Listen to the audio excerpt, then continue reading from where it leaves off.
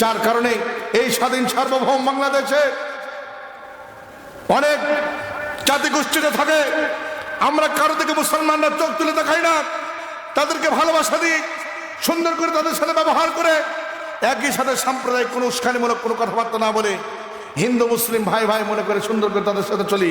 কিন্তু তারা আজকে আমাদের কলিজায় পার বসাইছে। কথা বলেন ঠিক কিনা? কথা বলেন ঠিক কিনা? আমি এখান থেকে জানিয়ে দিতে চাই, আমাদের বাংলাদেশের তৌহিদি জনতা কখনো কোনোদিন এই স্বাধীন সার্বভৌম বাংলাদেশে ওই ভারতের দালালি চলবে না। ভারত আজকে যে আমাদের বাংলাদেশের দিকে একটু বাঁকা তেরা চোখে তাকিয়েছে, বাংলাদেশের তৌহিদি জনতা ওই সমস্ত বাঁকা তেরা চোখগুলোকে উপরে ফেলে দিয়ে বঙ্গোপসাগর ভরাবে। কথা বলেন ঠিক কিনা? কথা বলে মুসলমান ঠিক কিনা? আমরা কখনো এটা হতে দেব না, কখনো হতে দেব না। এই বাংলাদেশ স্বাধীন দেশ, এখানে তোমরা মাতব্বরি করবা, এটা ভুলে দাও, এটা ভুলে দাও।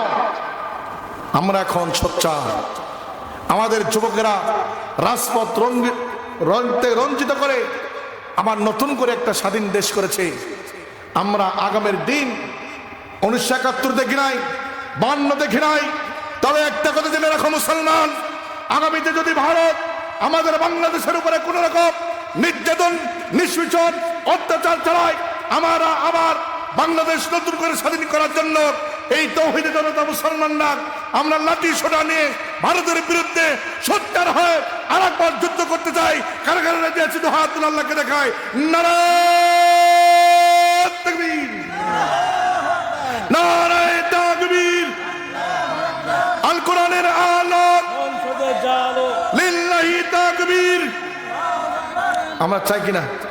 কথা বলে মুসলমান চাই কিনা? আমরা আর বসে থাকতে রাজি নাই। আমার মুসলমান বাবা ভাই নিয়ে আসেন, আমাকে সময় দিচ্ছেন, আমি সেভাবে আলোচনা ধরছি। আমার মুসলমান বাপরা, আমার আল্লাহ রাব্বুল আমিন এই সুন্দর ধরাধাম, এই বিশ্ব পরিমণ্ডল এত সুন্দর করে সাজিয়েছেন। আল্লাহ রাব্বুল আমিন এই মানুষদেরকে সুন্দর করে চলার জন্য কোরআনুল কারীম দান করেছেন। কথা বলেন ঠিক কিনা? এ মুসলমান বাপরা আমার, আল্লাহ রাব্বুল আমিন এই কোরআনুল কারীম দিয়েছেন। বান্দা যদি এই কোরআনুল কারীম গ্রহণ করতে পারে আর যদি কোরআনটা যদি তার জিন্দগিদের মধ্যে সেট করতে পারে, আল্লাহ তাআলা তাদেরকে বলতেছেন, ও মুসলমান বাপরা আমার, সুন্দর করে শুনে রাখেন, তাদের কোনো ভয় নাই, চিন্তাও নাই, তাদের কোনো টেনশন করার দরকার নাই। কথা বলেন ঠিক কিনা? আল্লাহ তাআলা বলতেছেন, فَلْيَعْبُدُوا رَبَّ هَذَا الْبَيْتِ الَّذِي أَطْعَمَهُم مِّن جُوعٍ وَآمَنَهُم مِّن خَوْفٍ। আল্লাহু আকবার। আল্লাহ তাআলা কোরআনুল কারীমের মধ্যে ডাকতে বলতেছেন, তোমরা যদি দুনিয়ার জমিনের মধ্যে এক আল্লাহ তাআলার ইবাদত করতে পারো, এই ঘরের মালিকের যদি ইবাদত করতে পারো, আল্লাহ তাআলা ডাকতে বলতেছেন, বান্দা তোমাদের কোনো টেনশন নাই, চিন্তা নাই, আমি আল্লাহ তাআলা তোমাদের দুইটা জিনিসের গ্যারান্টি দিলাম। কয়টা? কথা বলেন কয়টা? দুইটা জিনিসের গ্যারান্টি দিলাম। আল্লাহ তাআলা কোরআনুল কারীমের মধ্যে সূরা কুরাইশের মধ্যে সুন্দর করে ডাকতে বলতেছেন, ফালিয়াবুদু রাব্বা হাযাল বাইত। রাব্বা হাযা মানে ওই ঘরের মালিক, কাবা শরীফের মালিকের যদি তোমরা ইবাদত করতে পারো। কিছু বলবেন? কাবা শরীফের মালিক ওই রবের তোমরা যদি দাসত্ব গোলামি করতে পারো, দাসত্ব হবে কার? কথা বলেন কার? গোলামি হবে কার? দাসত্ব এবং গোলামি। ইবাদত যদি করতে হয়, দুনিয়ার কারো ইবাদত বন্দেগী চলবে না, কোনো বাবার পূজা চলবে না, কোনো দুর্গার পূজা চলবে না। দুনিয়ার জমিনের মধ্যে পূজা করতে হলে, ইবাদত বন্দেগী করতে হলে আমরা করব একমাত্র আল্লাহর। কথা বলেন ঠিক কিনা? আল্লাহ তাআলার ইবাদত করতে হবে।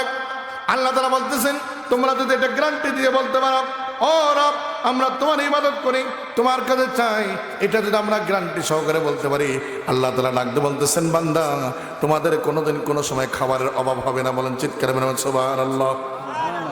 তোমাদের দিকে কেউ চোখ রাঙিয়ে তাকাতে পারবে না। কিন্তু মুসলমান বাপরা আমার, আজকে বাংলাদেশের জমিনে খাবারের অভাব হয়, আমাদের দিকে এক শ্রেণীর নাস্তিক মুরতাদ বেঈমানরা চোখ রাঙিয়ে তাকায়। তার মানে বুঝতে হবে আমরা সেই রবের গোলামি থেকে হয়তো কিছু কারণে পিছু পা হয়েছে। কথা বলেন ঠিক কিনা?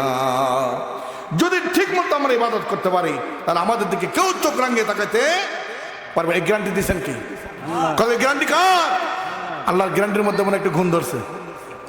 হ্যাঁ, দুর্বল হয়েছে না, আমাদের মধ্যে খুন ধরছে, আমরা দুর্বল হয়েছি, যার কারণে আমাদেরকে কেউ বলে তোমাদেরকে ভাতে মারবো, কেউ বলে কাপড়ে মারবো, কেউ বলে পানিতে মারবো।